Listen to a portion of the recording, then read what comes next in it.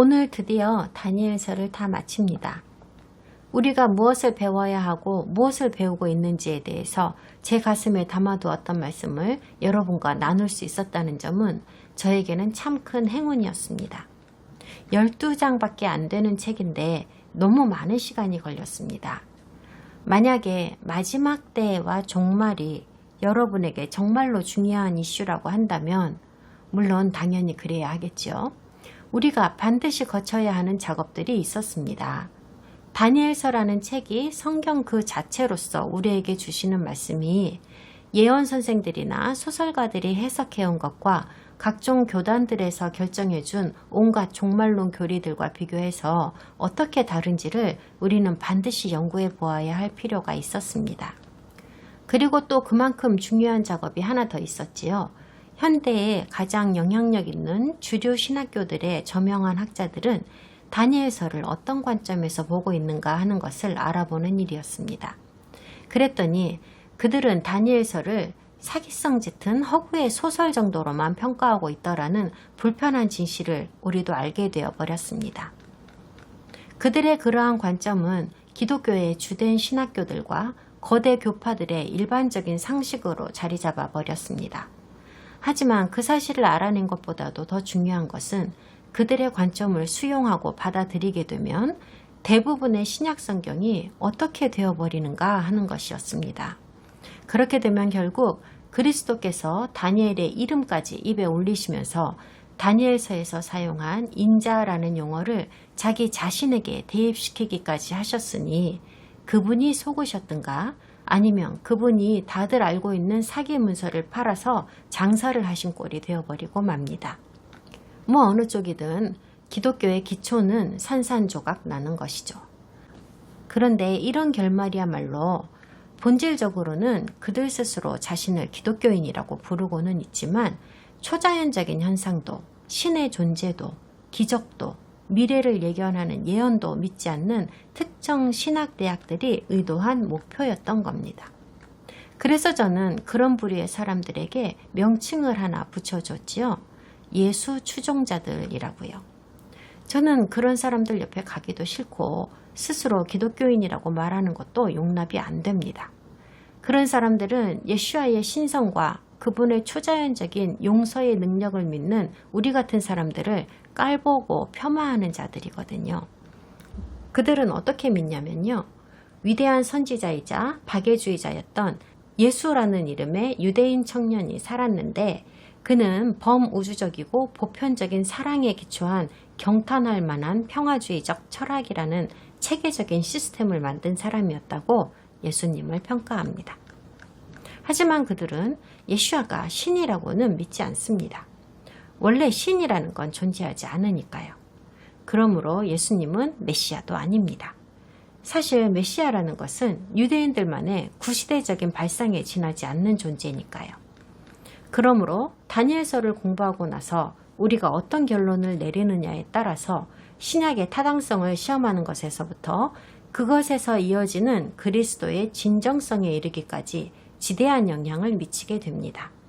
또한 다니엘서가 정말로 미래를 알 수 있게 해주는 창문 역할을 하는 책인지 아니면 그저 중동의 전설에 불과한 동화 같은 책인지에 대해 어떤 결정을 내리느냐에 따라서 결국 우리와 하나님과의 관계마저도 확연히 달라지게 되는 것입니다.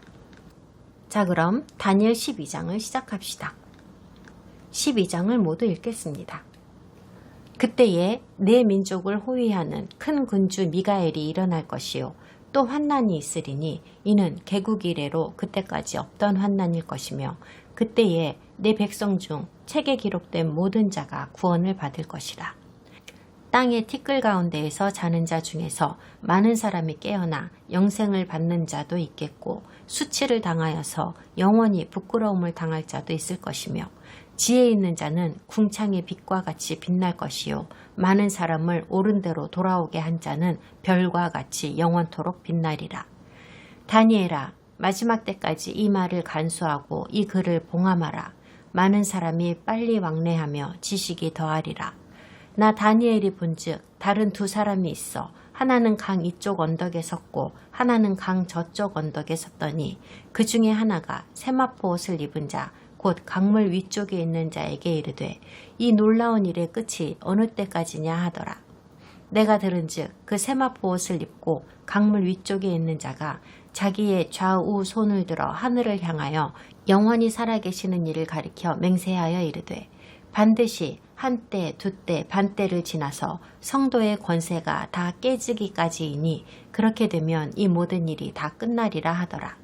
내가 듣고도 깨닫지 못한지라 내가 이르되 내 주여 이 모든 일의 결국이 어떠하겠나이까 하니 그가 이르되 다니엘아 갈지어다. 이 말은 마지막 때까지 간수하고 봉함할 것임이니라. 많은 사람이 연단을 받아 스스로 정결하게 하며 희게 할 것이나 악한 사람은 악을 행하리니 악한 자는 아무것도 깨닫지 못하되 오직 지혜 있는 자는 깨달으리라. 매일 드리는 제사를 폐하며 멸망하게 할 가증한 것을 세울 때부터 1290일을 지낼 것이요 기다려서 1335일까지 이르는 그 사람은 복이 있으리라. 너는 가서 마지막을 기다리라. 이는 네가 평안히 쉬다가 끝날에는 내 몫을 누릴 것임이라. 여러분은 아실지 모르겠지만 1절에는 여러 가지 주제가 담겨 있습니다. 또한 각 주제는 여러 가지 의미로 해석될 수 있습니다. 해석에 따라 미래를 어떻게 보느냐 혹은 과거를 어떻게 해석하느냐가 달려있기 때문에 각기 매우 중요한 의미를 가지고 있습니다. 한 예로 맨 처음에 적혀있는 그때에를 봅시다. 그때는 언제일까요? 지난 시간에 본 내용인데요. 간단히 복습해 보겠습니다.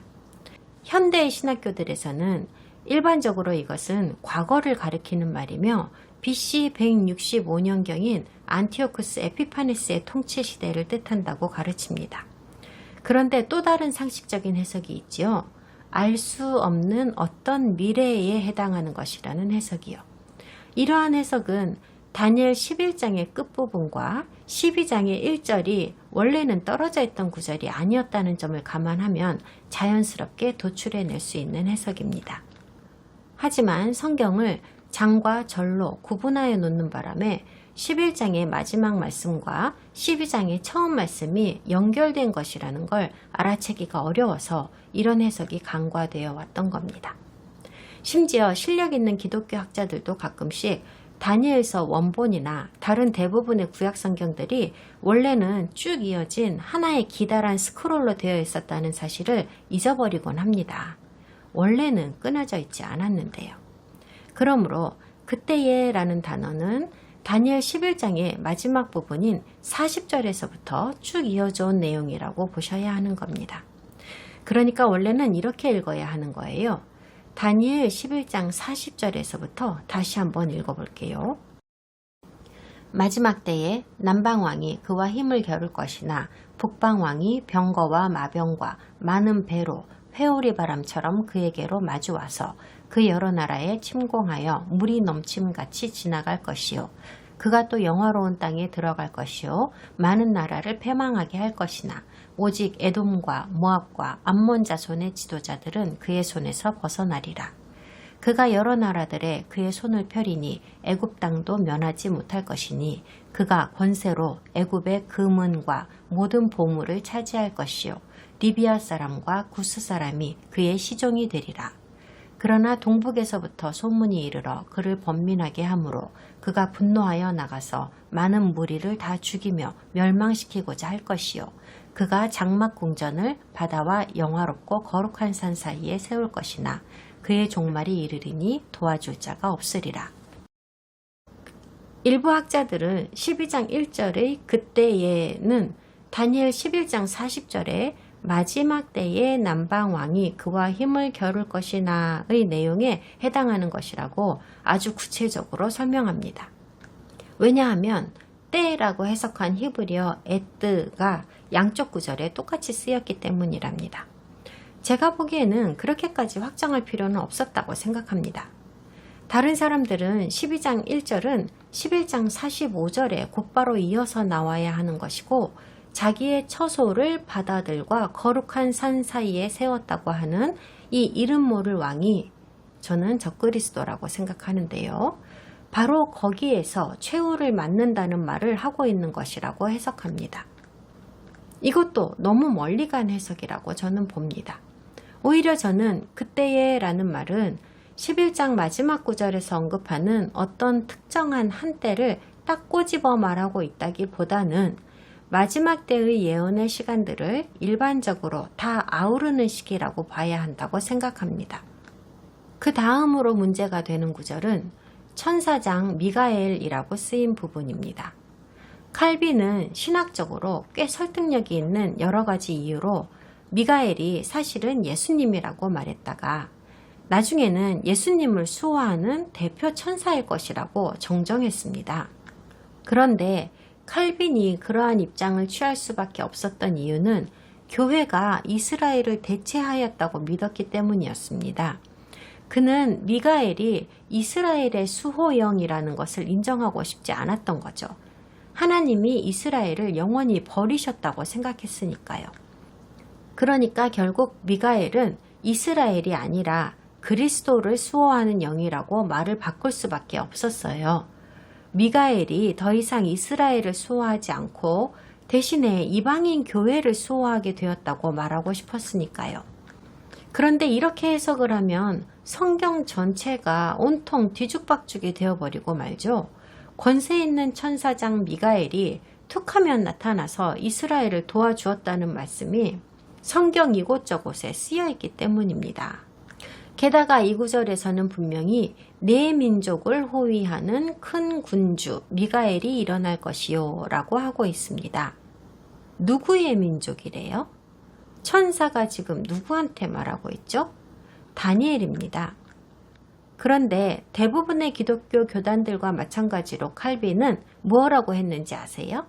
네 백성, 다니엘의 백성이라는 말의 의미는 원래는 다니엘의 백성인 유대인이었지만 이제는 이방인 기독교인으로 전환되었다고 했어요. 더 이상 입 아프게 설명하고 싶지 않아요. 이런 억지는 그저 그 좋은 머리를 이리 굴리고 저리 굴려서 성경을 교묘하게 왜곡하고 교회가 지지하는 반유대주의에 갖다 붙이기 위한 궤변이었다는 걸 딱 보면 알 수 있으니까요.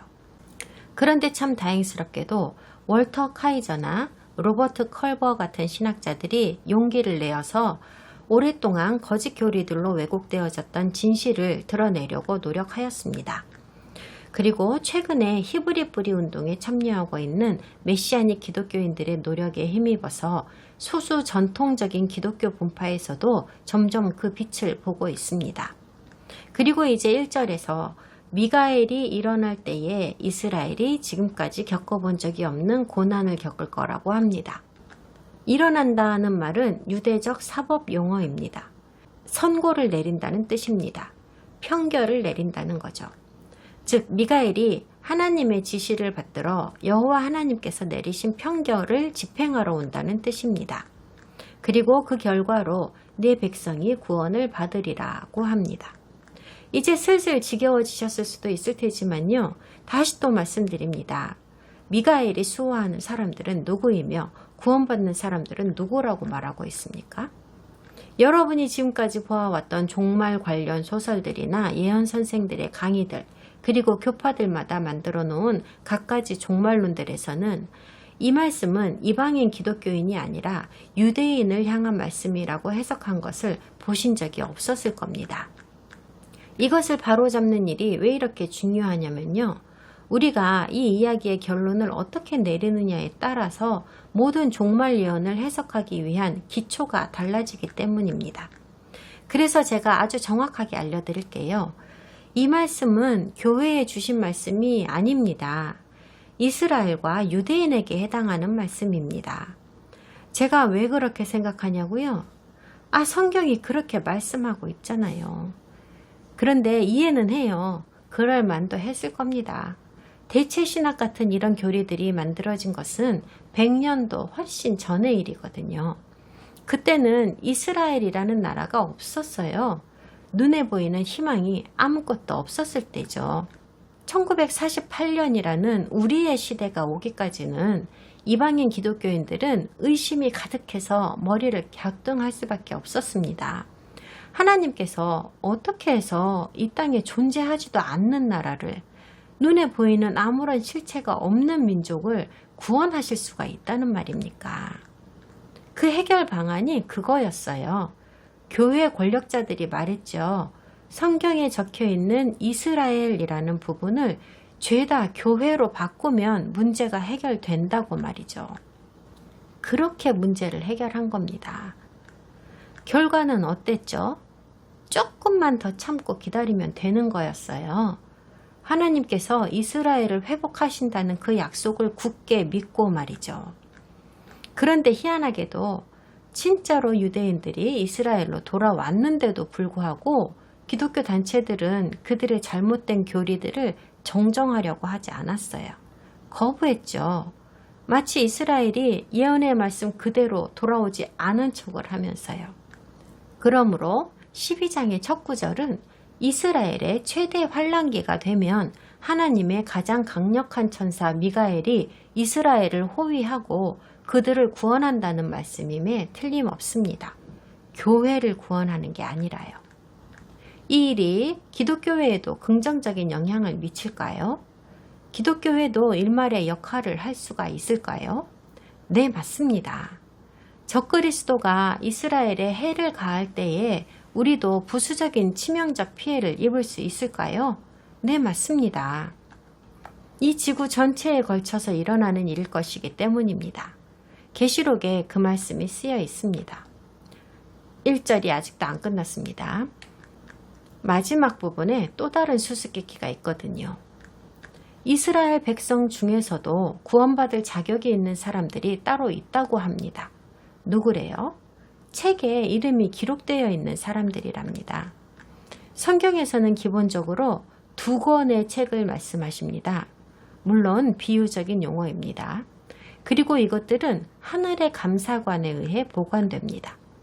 한 권은 생명의 책이라고 해서 하나님 보시기에 의로운 자들의 이름이 적혀 있고, 다른 하나에는 영원한 사망이라는 형벌을 받기로 작정된 악한 자들의 이름이 적혀 있습니다. 이 구절에서 말하고 있는 책은 생명의 책입니다. 하나님께서 대환란에서 구원하시겠다는 이스라엘 사람들의 명단이라고 하기 때문입니다. 1절에서 마지막으로 보셔야 할 사항이 있습니다. 이스라엘이 겪는 고난은 전에 경험한 적이 없는 것이라는 부분입니다.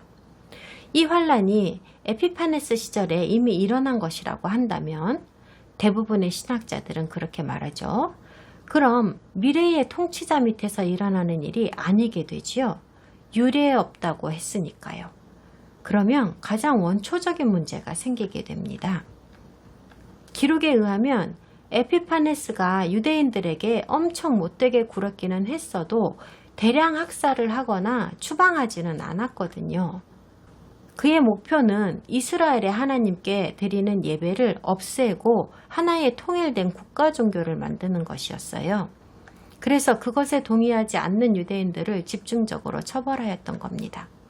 그러니까 에피파네스에 의한 유대인들을 향한 박해가 이스라엘이 이집트에서 받은 고통이나 아시리아에 의해서 10지파가 떼죽임을 당하고 뿔뿔이 흩어짐을 당해야 했던 고통이랑 같다거나 그보다 더 심했다고는 말할 수 없는 겁니다. 사실 이스라엘의 왕들 중에서도 에피파네스가 한 짓보다 훨씬 악랄한 짓을 자기 동포인 히브리인들한테 저지른 경우도 왕왕 있었습니다. 가짜 신을 섬기게 하고 성전을 없애버리고 제사장들을 싸그리 죽여버리는 짓거리들을 했었습니다. 그러므로 1절에서 말하는 타의 추정을 불허하는 환란이라고 하는 것은 다니엘에게 있어서도 미래에 있을 일이었지만 에피파네스에게도 미래의 일이 되는 것입니다. 그런데 2절이라고 해서 결코 쉽지 않습니다. 왜냐하면 이 구절에서는 죽은 사람들이 깨어난다는 말을 하는데 어떤 사람들은 영원한 생명으로 그리고 어떤 사람들은 영원한 치욕으로 깨어날 거라는 놀라운 말씀을 하고 있기 때문입니다. 이 장면이 사람이 부활하는 장면이 아니라면 뭐라고 해야 할지 저는 도무지 모르겠습니다. 실제로 구약 성경에서도 죽은 자의 부활을 암시하는 구절을 찾을 수는 있습니다만 특히 시편 몇 구절에서요. 다니엘 12장 2절만큼 직접적으로 언급한 구절은 없습니다. 사실 오늘날의 주류 유대교에서도 부활의 가능성을 믿습니다. 그 이유는 바로 이 구절 때문입니다. 이 주제만으로도 한참을 얘기할 수 있지만 오늘은 안 할게요. 하지만 한 가지만 짚어드리겠습니다. 이것이 정말로 죽은 자의 육체의 부활을 얘기하는 거라면 당연히 그럴 것이지만요. 그렇다면 무덤에서 일어나는 자들이란 정확히 누구를 말하는 것인가요? 기독교 신학자들과 예언 선생들이 문자 그대로 들여다보지 않고 한 가지 간과하고 있는 단어가 있었습니다. 바로 제일 앞에 있는 히브리어 라빔이라는 단어입니다. 이 단어를 히브리어 콜이라는 단어가 가진 의미로 해석을 하였습니다. 라빔은 많다는 뜻이고 콜은 모든이라는 뜻입니다. 그러므로 거의 대부분의 성경 주석가들과 예언 분석가들은 이 말씀이 모든 자가 다 심판받으러 깨어난다고 해석을 한 겁니다. 아니요, 그렇게 쓰여 있지 않습니다. 모두 다 일어나는 게 아닙니다. 많은 사람이 일어나는 거예요. 그럼 많은 사람들이란 모든 사람들에게서부터 어떤 식으로 선택되어지는 사람들일까요? 그리고 땅속에 그대로 남아있는 사람들은 누구일까요? 나와 있지 않습니다. 그러니 끝없는 추정만 가지고 더 깊이 파고들지 않는 게 좋을 것 같아요. 그렇지만 앞뒤 문맥상으로 볼 때 이 말씀에 들어있는 함축적인 의미가 무엇인가에 대해서는 4가지 정도의 가능성으로 요약해 볼 수 있을 것 같습니다. 첫 번째, 마지막 때에 히브리인과 이방인을 포함한 이 땅에 살았던 모든 자들이 일어나는 일반적인 부활이 있을 것이라는 말일 것이다. 두 번째, 부활은 오로지 마지막 때에 이 끔찍한 환란 속에서 이스라엘에게만 국한되는 일이지만 또 다른 사람들이 또 다른 부활로 일어날 가능성도 있다. 세 번째, 이 부활은 그리스도께서 오심과 동시에 잠에서 깨어나는 의로운 자들의 부활을 말하는 것이지만 그 뒤에는 영원한 파멸을 선고받기 위하여 깨어나는 악한 자들의 부활이 또 한 번 있게 된다. 네 번째, 의로운 자들의 부활은 그리스도가 오신 후에 있을 것이고 마지막 때에 악한 자들의 부활이 별도로 있을 것이다. 신약 성경을 토대로 해서는 이보다도 더 많은 가능성을 유추해낼 수 있습니다. 하지만 우리는 지금 다니엘서를 공부하고 있죠. 다니엘서만 봐서는 이렇게 4가지의 가능성만을 끌어낼 수 있습니다. 3절에서는 이스라엘 역사상 유례없는 극심한 박해가 쏟아지는 이 시점에 자기에게 주어진 시간을 지혜롭게 사용하며 하나님의 의로우신 진리 안에서 누가 무슨 이유로 이런 짓들을 벌이고 있는지를 이해하고 돌아가는 상황을 남들에게 설명하려고 했던 사람들은 하나님으로부터 그 노력을 보상받을 거라고 하십니다. 다시 말씀드리지만 이것은 이스라엘과 유대인들에게 해당하는 말씀입니다. 하지만 당연히 이스라엘의 편에 서 있는 하나님의 이스라엘이라는 정체성을 가진 기독교인들도 이 안에 포함이 됩니다. 교회에서 퇴출당하고 심지어 죽임을 당하는 한이 있더라도 침묵하고 있기를 거부한 이방인 기독교인들 말입니다. 19세기를 살던 위대한 기독교 신학자인 닥터 키엘의 명쾌한 표현을 인용하지 않을 수 없습니다. 지혜로운 사람들이라고 하는 자들은 환란의 날들에 견고한 충성심과 성찰을 가지고 하나님 말씀에 의지하여 사람들을 올바른 길로 이끌면서 그들의 믿음을 견고하게 붙들 수 있도록 사람들을 지도한 자들이다. 그 안에는 또한 그 전쟁 속에서 그들의 증언 때문에 피 흘리며 죽어간 사람들도 포함된다. 4절에는 다니엘에게 이 환상과 예언을 봉인해 두고 비밀로 간직하라는 명령이 있는데요. 우리 교재인 CJB 성경이나 NAS 버전 등이 이런 식으로 번역을 하였지만은 이것은 한참 잘못 번역한 겁니다. 봉인하다라고 번역한 히브리어는 사담입니다. 사담은 종결되었다는 뜻입니다. 비밀로 간직하여서 남들이 모르게 하라는 뜻이 아니고요. 이미 결정된 일이니까 변개되지 않는다는 뜻입니다. 사실 이 부분에서는 히브리어의 언어적 유희가 나타나고 있습니다. 4절에서 이렇게 말합니다. 다니엘아, 너는 이 말들을 사담하고 이 책을 세상 끝날까지 하담하여라. 사담하고 하담하여라. 뭔지 아시겠어요? 비슷한 단어로 멋을 낸 거예요. 그래서 이 두 단어가 선택되어진 겁니다. 즉, 이 말씀의 뜻은 주신 말씀에 더 이상 아무것도 더해서는 안 된다. 이것은 확증되고 비준된 것이며 진리로서 완전 못 박아 버린 것이다 라는 뜻입니다. 그러고 나서 마지막 때가 다다르면 많은 사람들이 왔다 갔다 할 거라고 하죠. 열심히 뭘 찾아 돌아다닌다는 느낌을 주는 묘사입니다. 돌아다니면서 찾고 있는 건 뭔가요? 답이지요. 답입니다. 답이라는 건 그것이 왜 그렇게 되는지를 알게 하는 거지요. 그게 무엇인지 어떻게 고치는지를요. 온통 이 세상이 혼란스럽고 통제가 되지 않으니까 알고 싶어 하는 거예요. 우리가 가진 이 세상의 과학기술과 지식들은 날로 발전해 가기만 하는데 인간의 상황은 점점 악해지고 타락해져 가면서 깊은 나락으로 떨어져 가고 있습니다. 왜 그런지 아세요? 사람들이 왔다 갔다 하면서 찾고 있는 것들은 하나님에게서 온 지혜가 아니라 인간적이고 세속적인 지식들이기 때문입니다. 인류 역사와 과학이 발전하면 할수록 그것들로 하나님의 지혜를 대체하고자 하는 열망이 더욱더 커져간다는 사실이 놀랍지 않습니까? 심지어 기독교 협회들조차도 계속해서 업그레이드된 책들을 발간하고 있어요. 천국은 어떻게 생겼을지라든가 어째서 악한 자들이 계속 잘 먹고 잘 사는가 하는 주제, 그리고 왜 착한 사람들에게 나쁜 일이 생기는 것인가 하는 주제들로요. 그런데 정작 성경하고는 점점 멀어져 가는 것 같아요.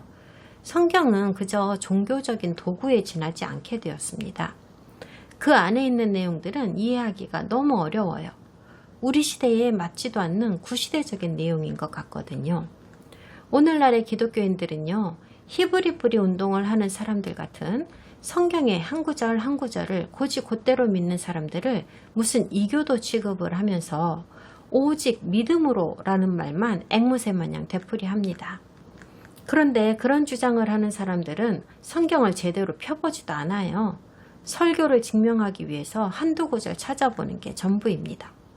다니엘의 예언이 역시나 또 100% 정확하게 맞았던 겁니다. 5절, 6절에서 이제 주제가 바뀝니다. 다니엘의 앞에 갑자기 두 명의 영적 존재가 나타납니다. 한 명은 강 이쪽에, 한 명은 강 저쪽에 있습니다. 이제 모두 세 명의 영광스러운 존재들이 서로 대화를 나누기 시작합니다. 새로 나타난 존재가 이전에 있던 자에게 묻습니다. 이 놀라운 일들이 언제 끝나겠느냐고요. 이 두 영적 존재의 정체가 무엇인지에 관해서는 아무런 힌트도 주시지 않았습니다. 놀라운 일들이란 무엇입니까? 놀라운 일들이 아주 신나고 즐겁고 좋은 일들은 아닌 것 같습니다. 그렇죠? 그것은 인간의 상상의 영역에서 멀리 떨어져 있는 기막히고 끔찍하며 뭐라고 설명할 수 없는 일들을 의미하는 것 같습니다. 그리고 7절에서 얼마 동안인가에 대한 답을 합니다. 한 때와 두 때와 반 때랍니다. 또 나왔습니다. 이 구절은 다니엘 7장 25절하고 딱 맞아떨어집니다. 그가 지극히 높으신 분을 대항하여 큰 말을 하며 또 지극히 높으신 분의 성도들을 지치게 할 것이고 또 때와 법을 변경시키려고 생각할 것이라. 그들은 그의 손에 주어져서 한 때와 두 때와 반 때를 지내리라. 7장 얘기를 다시 해보죠. 이 말씀은 7장의 작은 뿔 얘기입니다. 요전 강의에서 배우신 대로 7장의 작은 뿔은 미래의 적그리스도에 해당합니다. 두 번째 마지막 날의 시대에 나타날 것이며 메시아의 재림과 직접적으로 연결됩니다. 얼마 동안이냐는 굉장히 중요한 정보인 것 같습니다. 이 말을 하고 있는 자가 두 손을 하늘로 치켜들고 하나님께 맹세하며 이것이 진리이며 반드시 일어날 일이라고 말하고 있기 때문입니다. 한 때와 두 때와 반 때라고 하는 것은 일반적으로 3년 반이라고들 해석합니다. 저는 아닌 것 같습니다. 이제 곧 이어서 우리는 정확한 날짜들을 언급한 구절을 만나게 되거든요. 날짜는 정확하게 말하면서 이 구절이 진짜로 연수를 의미하는 것이라면 왜 정확하게 년이라고 말을 하지 않았을까요? 이제까지 보아온 바로는 때라는 단어가 년이라는 단어와 같은 뜻은 아니었습니다. 눈치채셨는지 모르겠는데요. 성경에서 때라는 단어는 오로지 마지막 날들의 사건들에 대해서만 사용되었습니다. 그리고 그 의미가 항상 불분명합니다. 요한계시록에는 한 때와 두 때와 반 때라는 시간을 42개월이라는 정확한 기간과 동일시하는 것 같은 힌트가 있습니다만 이 두 용어가 같은 말이라는 결론에 도달하기 위해서는 여러 가지 의심스러운 가정들이 필요합니다. 한 때와 두 때와 반 때라는 것은 정확한 숫자가 아니라 상대적인 수라고 보아야 할 것 같습니다.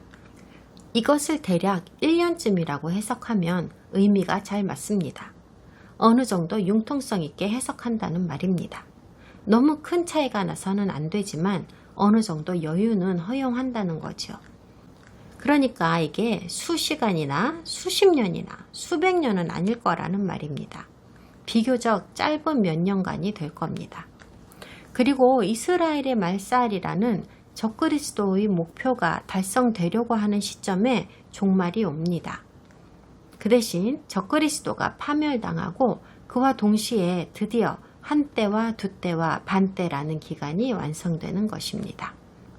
그리고 지금까지 우리가 배워왔던 대로 이 모든 일들은 주님의 뜻과 권능으로 정하신 완전한 시기에 성취될 수 있도록 우리 주님께서 계획하고 조종하시는 일이라는 것을 우리는 알고 있습니다.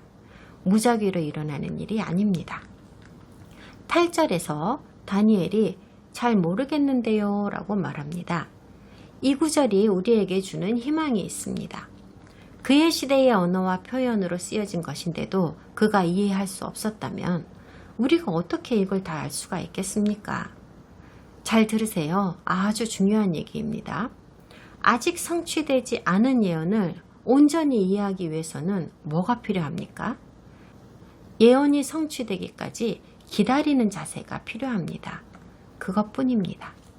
그런 자세를 가지고 역사를 되돌아보면서 성경 예언은 정말로 말씀하신 그대로 완전히 다 이루어지는구나 하고 경탄하면서 하나님의 말씀에 대한 믿음을 굳게 붙들기만 하면 되는 겁니다. 다니엘이 8절에서 천사에게 물었습니다. 이 모든 일 뒤에 어떤 일이 일어나겠나이까? 저라도 그렇게 물었을 겁니다. 얘기는 아주 근사한데요. 그게 다 무슨 뜻이에요? 무슨 일이 일어날 건지는 얘기하셨는데 언제 어떻게 일어나는 거예요? 그리고 저랑은 무슨 상관이 있는 거예요? 내 백성이랑 내 가족들하고는 또 무슨 상관이 있는 거죠? 세상이 어떻게 될 거라는 말이에요? 우리 삶이 어떻게 변하는 건데요? 그런데 9절에서 다니엘이 기대하지 못했던 답이 나옵니다. 가라. 대화는 이것으로 끝. 해산. 그리고 천사는 방금 전에 한 말을 다시 합니다. 이 예언의 말씀을 세상의 끝날까지 봉인하여라. 우리는 이미 안티오쿠스 에피파네스의 역사를 이해하고 있으므로 그가 성취한 예언은 부분적인 것에 불과하며 완전한 것이 아니었다는 것을 압니다. 그리고 마지막 그때에는 두 개의 말일 모두가 끝나는 지점을 말한다는 것도요. 하나님께서는 그분의 백성들이 이 예언의 말씀만큼은 특별히 잘 이해하기를 바라시는 것 같습니다. 하지만 다른 예언들에 대해서는 별로 그렇지 않으신 것 같아요. 그래서 이 책이 안티오쿠스 에피파네스 시절에 유대인들에게 왜 그렇게 인기가 많았었는지도 이해할 수 있어요. 이 책을 읽은 유대인이라면 누구든지 다니엘서의 마지막 구절이 에피파네스에 의해서 완전히 성취되어졌다고 볼 수밖에 없었을 테니까요. 그런데요, 에피파네스는 죽었고 유대인은 여전히 건재하지요. 그는 유대인들을 집단 학살하지는 않았습니다. 그러니 이보다는 더 미래에 있을 일이라는 것을 알 수 있지요. 얼마나 먼 미래일까요? 그건 아무도 모릅니다. 10절은 다니엘에게 주신 말씀이 비밀로 지켜질 필요가 없음을 암시하고 있습니다.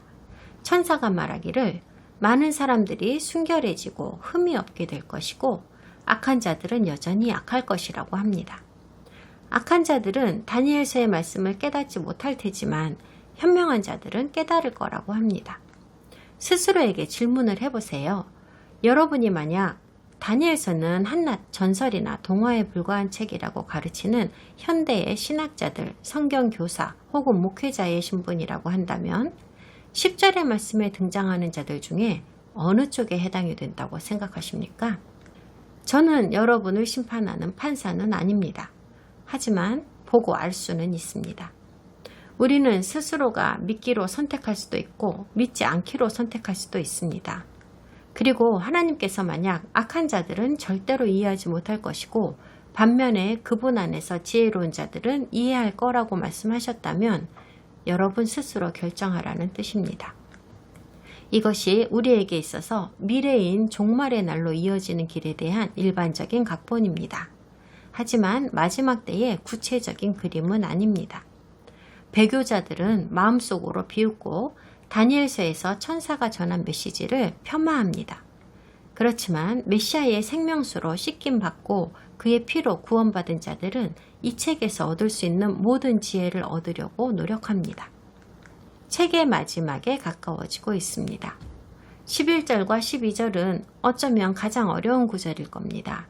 그리고 사실 저도 이 시점에선 충분한 답을 드릴 수 없습니다. 날마다 드리는 제사가 없어질 것이며 멸망에 역겨운 것이 세워질 것이다. 그때부터 1290일이 지날 것이다 라고 하죠. 이 구절에서 문제가 시작되죠. 여러분이 어떤 교단에 속해 있는지에 따라서 답이 다를 수는 있겠지만 제가 듣기로는 대부분의 목회자들이 1290일이란 3년 반이라고 가르치는 걸로 알고 있습니다. 아니요, 틀렸습니다. 그렇지 않아요.